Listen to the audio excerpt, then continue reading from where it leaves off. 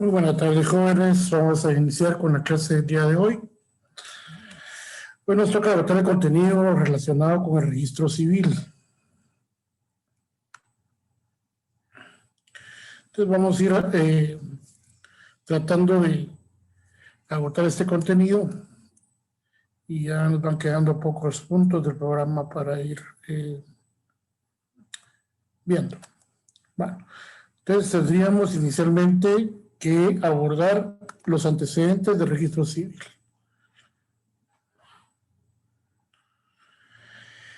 Y entonces diríamos que los antecedentes del registro civil se encuentran fundamentalmente en la Edad Media.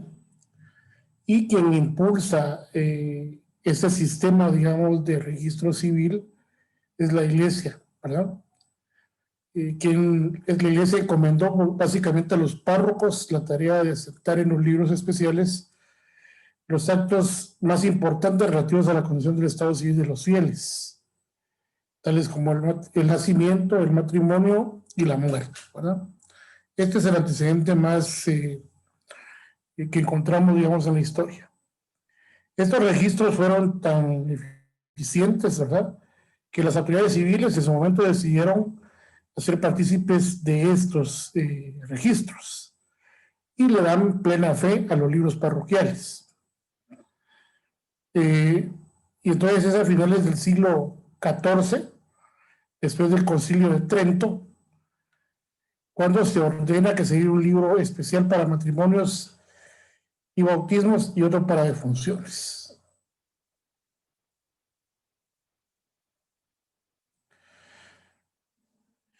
Luego tenemos básicamente, en el caso de Guatemala, el antecedente, digamos, más concreto, conocido e inmediato, digamos, ¿verdad? Porque no vamos a revisar el tema de la colonia, que aún, digamos, del tiempo de la colonia, el tema todavía venía por la Iglesia, ¿no? Pero, digamos, el antecedente más reciente es que las municipalidades eran las encargadas de efectivamente, digamos, llevar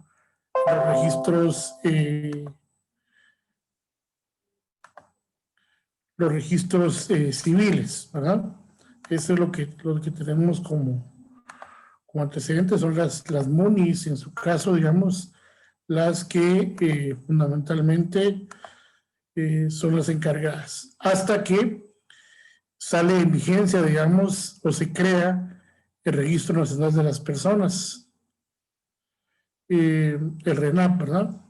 Y entonces ya esos registros civiles pasan a ser parte, digamos, del quehacer de RENAP y, digamos, hoy en día en cada municipio del país hay, pues, un registro, hay una oficina de RENAP, digamos, que atiende el tema de registro civil. Tendríamos que agregar, ¿verdad?, que en el caso de registro civil, ¿qué es el registro civil, verdad? Entonces encontramos en el acuerdo del directorio 176, perdón, 2008, en el artículo 33, se establece que son las dependencias administrativas adscritas al registro central de las personas encargadas de inscribir los hechos y actos relativos al estado civil, capacidad civil, demás datos de identificación de las personas naturales en toda la República y observar las disposiciones que la presente ley y su reglamento disponen. Aquí es importante tal vez hacer una diferencia en que efectivamente dice o establece aquí, ¿verdad?, encargar de decir los hechos y actos relativos al estado civil, ¿verdad? No es lo mismo entonces estado civil que capacidad civil, ¿verdad? Si recordamos un poquito el tema de contenido visto, digamos, o que se ve o se conoce en derecho civil, vamos a recordar que la capacidad civil, ¿verdad? Ustedes es aquella que se obtiene, digamos, efectivamente con la mayoría de edad, ¿verdad? Y por la cual las personas pueden efectivamente no solo gozar de derechos, sino también adquirir obligaciones, ¿verdad? En cambio, el estado civil, ahí nos estamos refiriendo fundamentalmente, por ejemplo, a el tema si una persona es soltera, si una persona es casada, etcétera, ¿verdad? Entonces, no es lo mismo estado civil que capacidad civil, ¿verdad? Haciendo esa acotación, nos vamos a revisar un poco qué es el mandato, ¿verdad?, de registro civil. Entonces, el artículo 370, ¿verdad?, del Código Civil establece el registro civil, efectuará las inscripciones de los nacimientos, nacimientos, adopciones, reconocimientos de hijos, matrimonios, uniones de hecho, capitulaciones matrimoniales, insubsistencia y nulidad del matrimonio, divorcio, separación, reconciliación posterior, tutelas, protutelas, guardas, defunciones e inscripciones en el extranjero de guatemaltecos naturalizados y de personas jurídicas. Si se dan cuenta, digamos, es una amplia gama de temas que efectivamente, digamos, inscribe, porque dice el registro civil efectuará las inscripciones de, ¿verdad? Y todos estos, digamos, son los actos o hechos que efectivamente el registro inscribe y anota, ¿verdad? Es de hacer notar acá, ¿verdad?, que muchos, si no es que en todo, por decir todas estas cuestiones que hemos planteado, o sea, incluido entre este artículo 370, pues en muchos participamos nosotros como profesionales, como notarios, o participamos como abogados en el ejercicio de la profesión. Por ejemplo, en el tema de matrimonios, ¿verdad? Ustedes, es decir, o uno de hecho, ¿verdad? Como notario, usted efectivamente puede hacer constar el matrimonio o puede hacer constar la unión de hecho, ¿verdad? Las capitulaciones no matrimoniales, efectivamente también, ¿verdad? Es decir, se realizan efectivamente por notario. Cuando hablamos de nulidad del matrimonio, efectivamente hay que plantear ahí una acción de nulidad que tendrá que ser, en este caso, como abogado, ¿verdad?, que se plantean. El divorcio también, efectivamente, nos toca como abogados, ¿verdad?, ya sea llevar demandas de divorcio en la vía voluntaria o divorcios en la vía ordinaria, es decir, aquello que no es voluntario y es objeto de la litis, ¿verdad?, será objeto de un divorcio, en este caso, en una vía que no es voluntaria, ¿verdad? La separación, ¿verdad? Ustedes, que no es lo mismo que divorcio, porque efectivamente puede haber separación de cuerpos, puede haber efectivamente el tema del divorcio, ¿verdad? Hay personas que efectivamente primero se separan, ¿verdad? Y con el tiempo, pues efectivamente efectúan el proceso legal de divorciarse, ¿verdad? Cuando hablamos de las tutelas, ¿verdad? Ustedes nos referimos efectivamente a menores de edad, ¿verdad? O incluso a personas que están en estado de interdicción, ¿verdad? O por enfermedades han sido declarados también interdictos, ¿verdad? Entonces, tutelas y guardas, ¿verdad?, son efectivamente anotadas, ¿verdad?, en el registro civil. También efectivamente las defunciones, ¿verdad?, son objeto de inscripción en el registro, ¿verdad? Luego encontramos en el artículo 67, ¿verdad?, de la ley, que se plantea que el registro de las personas es público, ¿verdad?, y en él se inscriben los hechos y actos relativos al estado civil, capacidad civil y demás datos de identificación personal de las personas naturales. Aquí nos estamos refiriendo efectivamente a la ley del RENAP, ¿verdad? En el anterior nos referíamos efectivamente a el Código Civil. Ahora, ¿qué hechos, verdad?, ¿qué hechos o actos se inscriben en el registro civil de las personas? Ven, aquí es un listado bastante amplio, ¿verdad? También es importante indicar que en algunos de estos pues también participamos o son partícipes de los notarios o los abogados, ¿verdad? Para materializar muchas de estas inscripciones, efectivamente, en algunos casos efectuando o elaborando, autorizando documentos previos, ¿verdad? No es el caso del matrimonio, ¿verdad?, porque se lo hacen directamente los padres, ¿verdad? Cuando hablamos de la inscripción normal de un nacimiento, la ley establece que son 30 días, efectivamente, que es el plazo, efectivamente, para la inscripción. En el caso del matrimonio, de hecho, sí podemos decir que intervenimos como notarios, ¿verdad? Efectivamente, podemos intervenir como notarios porque, al igual que el matrimonio, la unión de hecho efectivamente es declarada, ¿verdad?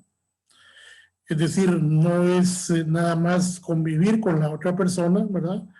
Nuestra legislación establece efectivamente el requisito de los 3 años, ¿verdad?, de bien común, y que esta tiene que ser declarada, ¿verdad?, para que sea inscrita y surca los efectos legales que corresponden, ¿verdad?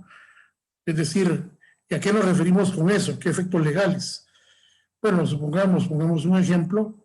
El matrimonio, sabemos que la esposa, digamos, de el varón, ¿verdad?, por ejemplo, al fallecer, supongamos, ¿verdad?, que fallezca el varón, ¿verdad?, la esposa, digamos, si se casaron en comunidad de gananciales, tiene derecho al 50% de los bienes que hubieran adquirido durante el matrimonio, ¿verdad? O digamos, en el caso de el divorcio, ¿verdad? Cuando se divorcian, la esposa efectivamente también tiene derecho a recibir una pensión alimenticia durante no adquiera nuevas nupcias, ¿verdad? Es decir, si ella se divorcia, ¿verdad? Entonces en las bases del divorcio efectivamente siempre va a ir, si efectivamente le queda una pensión alimenticia a ella, independientemente de la pensión para los hijos, ¿verdad? A la cual tiene derecho, ¿verdad? Entonces, supongamos la unión de hecho, o digamos que deje bienes intestados, ¿verdad?, el causante. Entonces va a resultar que en estas situaciones, digamos, cuando la unión de hecho es declarada, la pareja que está declarada la unión de hecho, pues tiene derecho efectivamente también a pretender algunas de esas cuestiones, ¿verdad?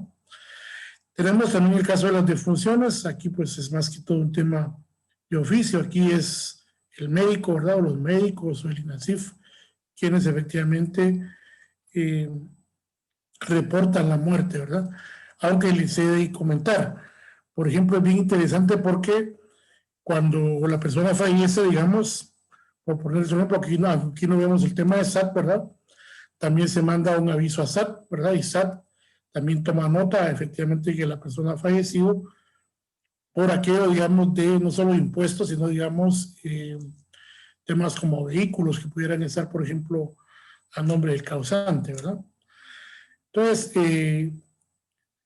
el tema de registro del RENAP tiene, pues, efectivamente, su importancia, ¿verdad? Con algunos registros o algunos sistemas de registro que no son necesariamente registros públicos como los que estamos viendo, ¿verdad?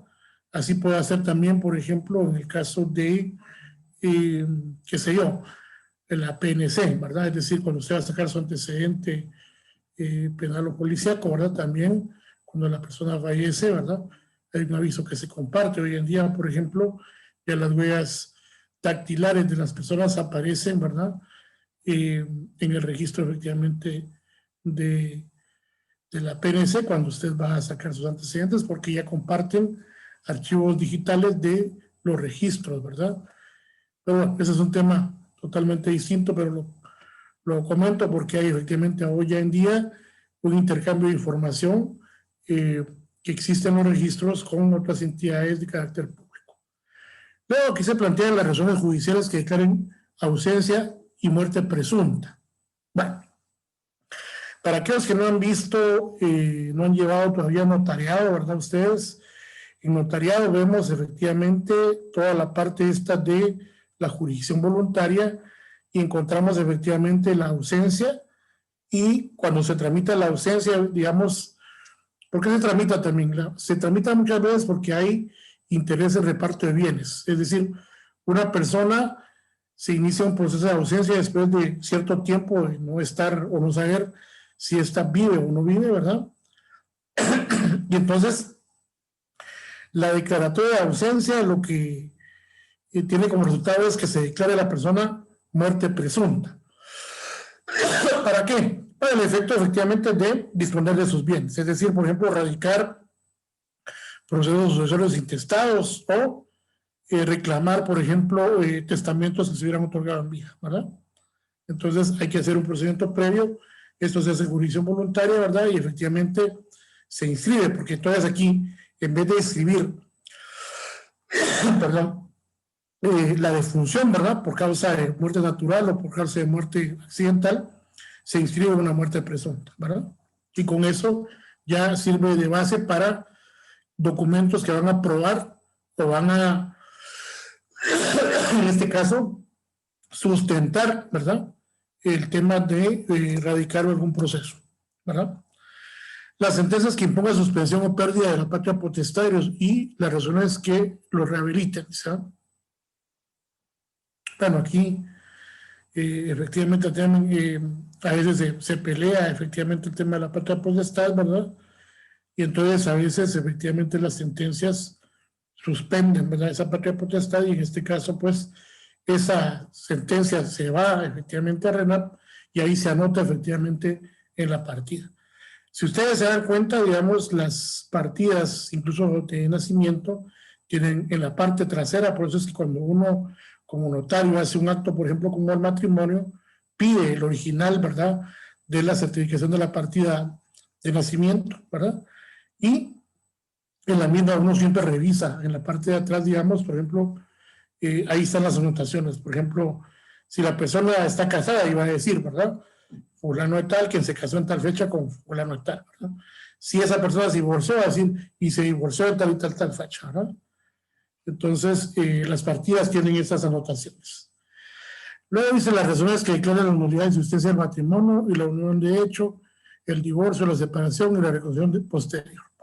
Igual son sentencias, las razones judiciales, va a decir, cuando efectivamente se declara el divorcio, ¿verdad? O sea, hay una declaración de libertad de Estado, y en este caso libertad de Estado, se cambia el tema del Estado civil, porque la persona pasa de ser casada, ¿verdad?, a ser nuevamente soltera, ¿verdad?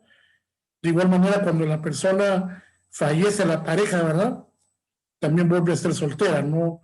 El Estado civil de viudo o viuda no existe legalmente, ¿verdad? Lo que existe es casado o soltero, ¿verdad? Y en las sentencias estas muchas veces se habla de libertad de Estado para contraer nuevas nupcias, ¿verdad?, en el caso del divorcio. Luego teníamos los cambios de nombre y las identificaciones de esta persona.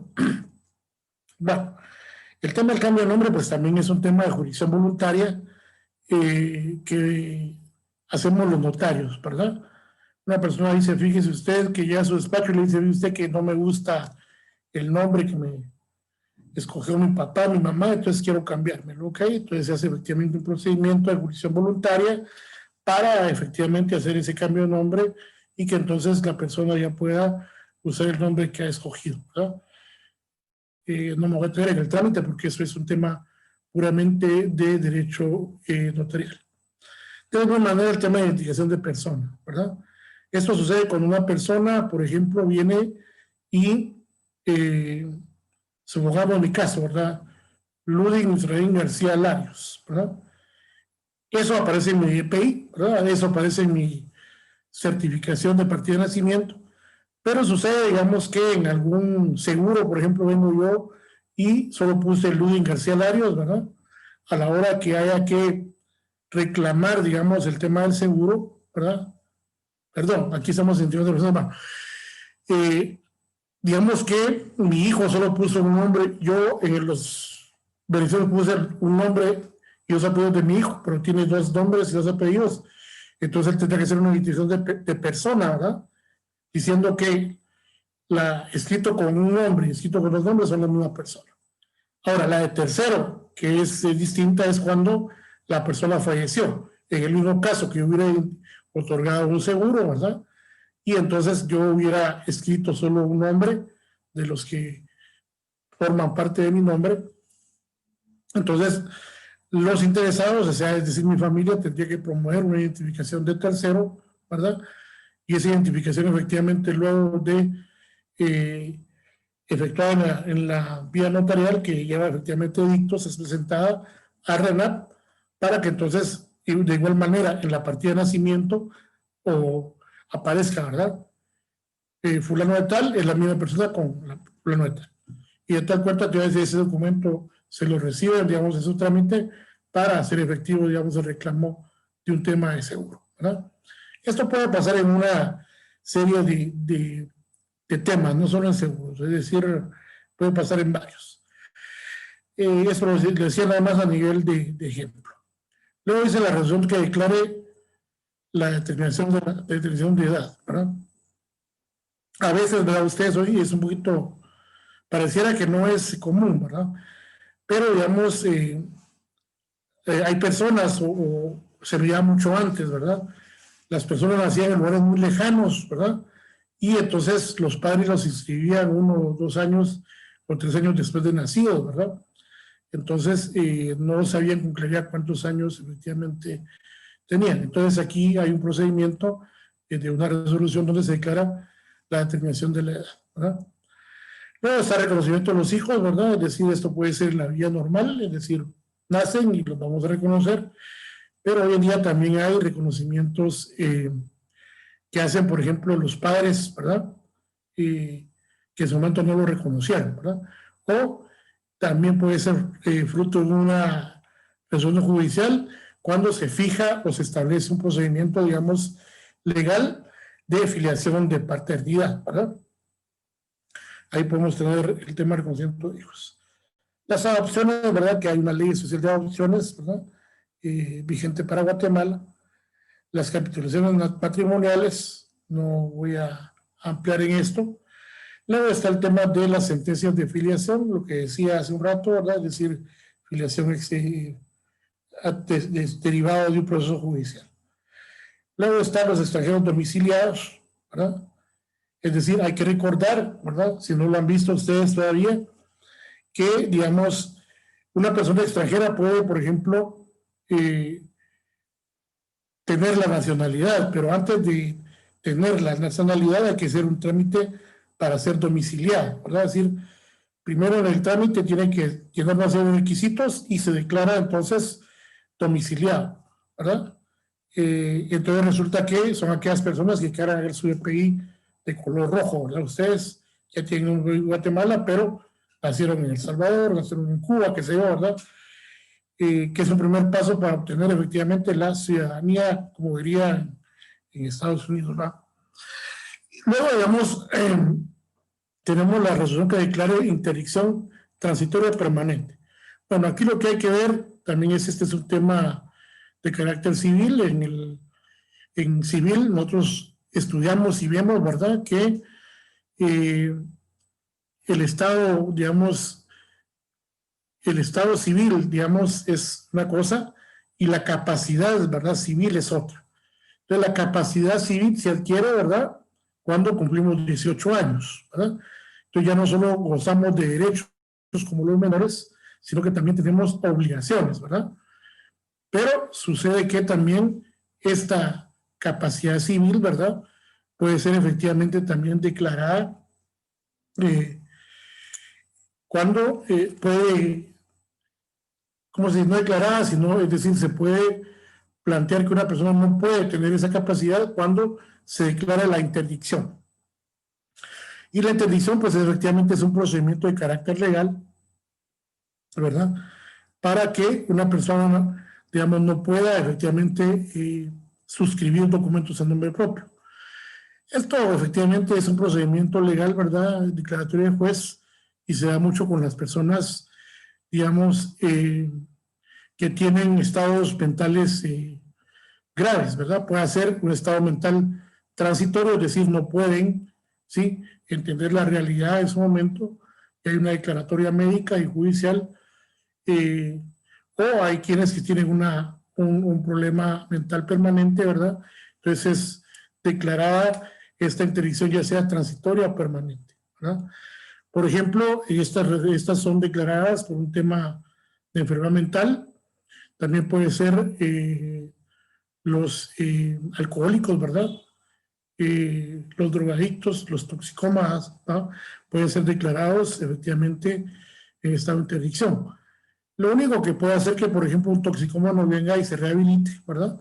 Y entonces se plantea se hace un trámite para que sea cesada esa declaratoria de interdicción, ¿verdad?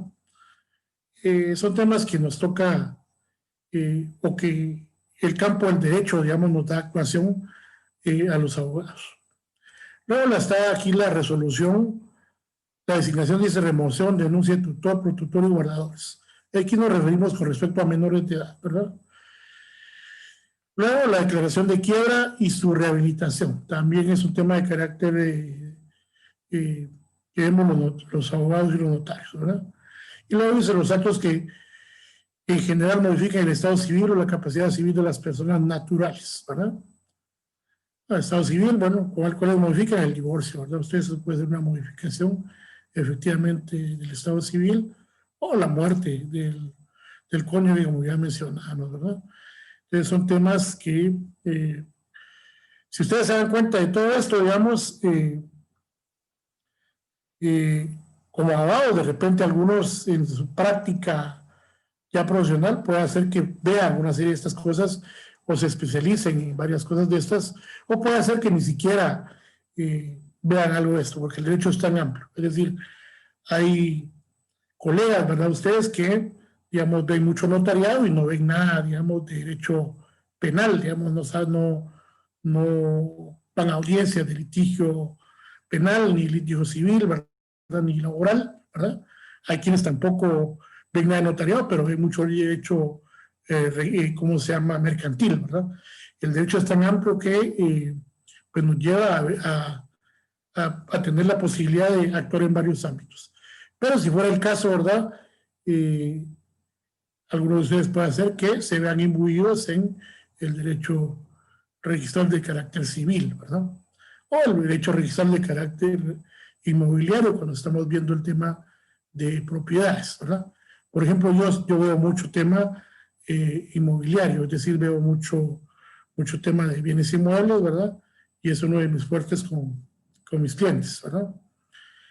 De ahí tendríamos que todos los libros que se llevan a registros civiles son electrónicos, ¿verdad? Eso ya establece el artículo 13 del reglamento, ¿verdad? Y que está incluido en el acuerdo del directorio número 176-2008, ¿verdad? Yo aquí de último había puesto algunos procedimientos registrales, pero la verdad es que creo que estarían contenidos en esta listita que acabamos de ver, más, ¿verdad? Cada uno de estos tiene un procedimiento, ¿verdad? Cómo se inscribe, por ejemplo, el tema de adopciones, cómo se inscribe, reconocimiento. Bueno, ese tema de los procedimientos registrales lo compartí ayer en una guía, ¿verdad? Que es una guía interna de registro, que solo se las mandé de referencia, porque hay efectivamente más de 20 procedimientos y sería muy ingrato decirles, miren, apréndanse los procedimientos, van a ser objeto de examen. Entonces, solo la mandé como referencia por si alguien tiene curiosidad, tiene duda, quiere ampliar o le toca más adelante, ¿verdad? Ustedes, o de repente por ahí anda de procurador, ¿verdad? Y quiere saber de algún trámite, ¿verdad? Ahí está toda la guía con los pasos, ¿verdad? Que lleva el registro civil, ¿verdad? No está tan detallada como el mercantil, que tiene hasta por horas, pero sí tiene los pasos internos que efectúa el registro civil para las inscripciones y anotaciones que usualmente realiza, ¿verdad? Yo me quedaría ahí. Este es el contenido de lo que sería derecho civil o registro civil, perdón, como materia de examen para la evaluación efectivamente final. Yo les agradezco mucho la paciencia y la atención. Me quedo hasta ahí. Que tengan buena noche, se me cuidan, que Dios me los bendiga.